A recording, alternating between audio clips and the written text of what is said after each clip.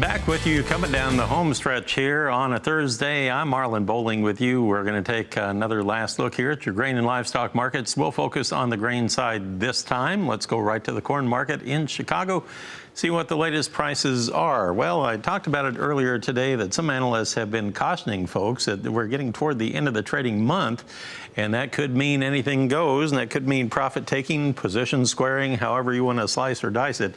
And we are seeing a weaker tone in the corn heading toward the close. We have September corn down 6 1/4 at 329.5. December down 6 at 337. So that's just one tick off of our low of the day right now.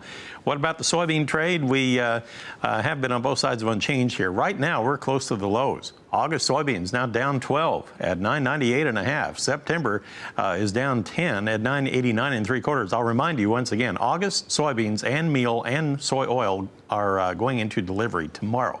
So basically everything is rolling out into the other months, September and November. November down 11 3/4 right now at 974 1/4. That's a penny and a quarter from its low of the day, way off of its high by 23 cents right now, the way it looks. Oliver Sloupe is with II Trader. He talks to us live and direct from Chicago at the CME Group trading floor right now. Oliver, thanks for joining us. Quite a turnaround in the grain trade here, not looking especially great as we head toward the final bell. Yeah, it's really not. You know, we started the overnight session on a little bit higher note, and I think a lot of that is from the dollar reversing late yesterday after the FOMC meeting where they determined not to raise rates. I know it shocked everybody, but nonetheless, I think it helped support commodities in the overnight session. Then once that 7:30 export sales data came out, it was kind of lackluster, put pressure on the markets. We had some cancellation in soybeans, which really put the pressure on the grains overall, and that carried over into the floor open, and we're seeing that play out through today's session as well. A couple numbers to keep an eye on for those November soybeans. 954 3/4 is a 200-day moving average. We've kind of been fishing around there the past couple of sessions, but have managed to hold support. Bulls are going to want to see that hold again. On the top side, 989.5 to close out the week would be very nice for the bulls to see. That's a key Fibonacci retracement level. If we get out above there, I think we could see some more buying interest come into the market. But as you know, weather is going to be a big factor going forward here to influence price action. Well, those August soybeans did post a high overnight of 10.22, but now they're under $10 at 9.99 right now, down 11.5. November down 11.5 as well. On the wheat trade, now here we've been on both sides of unchanged here today, and we had that Chicago wheat market going lower. Now we're down at 410.5 on September. So we're down 4 1/4 cents on the day. In Kansas City, September, if we look over there, it's trading at 408.5. That's down 4 cents. And even in the spring wheat trade in Minneapolis, we have September down a half cent at 487 3/4. That's basically 4 cents off of its high of the day. Why are we seeing a turnaround lower in the wheat trade today?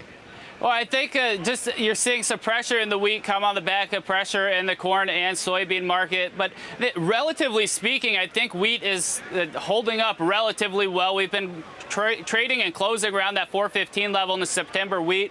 That's the key level to keep an eye on. If we can't close above that, you know, we're going to probably go make new lows. 406.5, I believe, is the contract lows. Probably maybe break through that and test the $3 handle. I'm sure there's a lot of stops down there. But eventually, I think there's going to be a buying opportunity in this market. We know funds have a big short position. At some point, they're going to have to cover.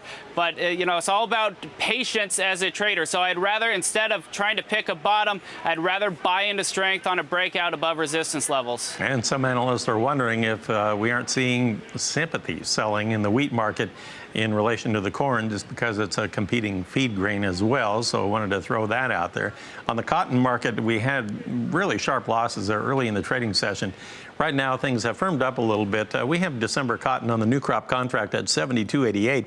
So it's far better than where it was earlier in the day. We're down 67 points on the day so far, but that is about 123 points off of its earlier low. So producers are glad to see that, at least, that it's rebounding there.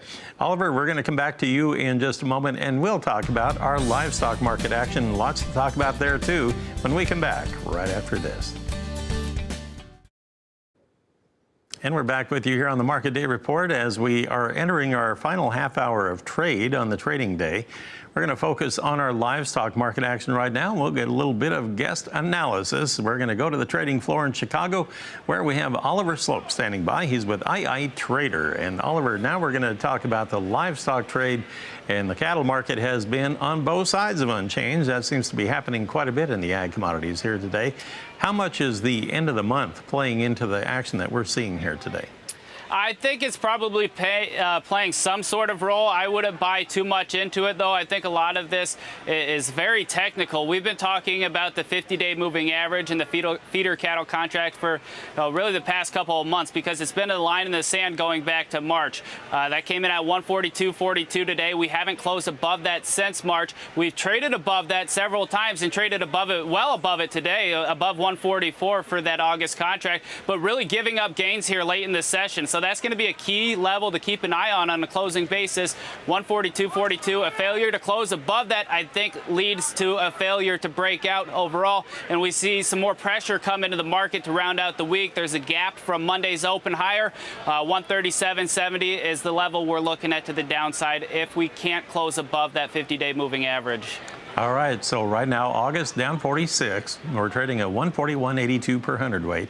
September currently down 54 at 140.58 per hundredweight, and October feeders down 87 cents at 139.38 per hundredweight. Of course, we're anxiously waiting to see confirmation of what develops as far as our cash cattle sales activity in the plains today.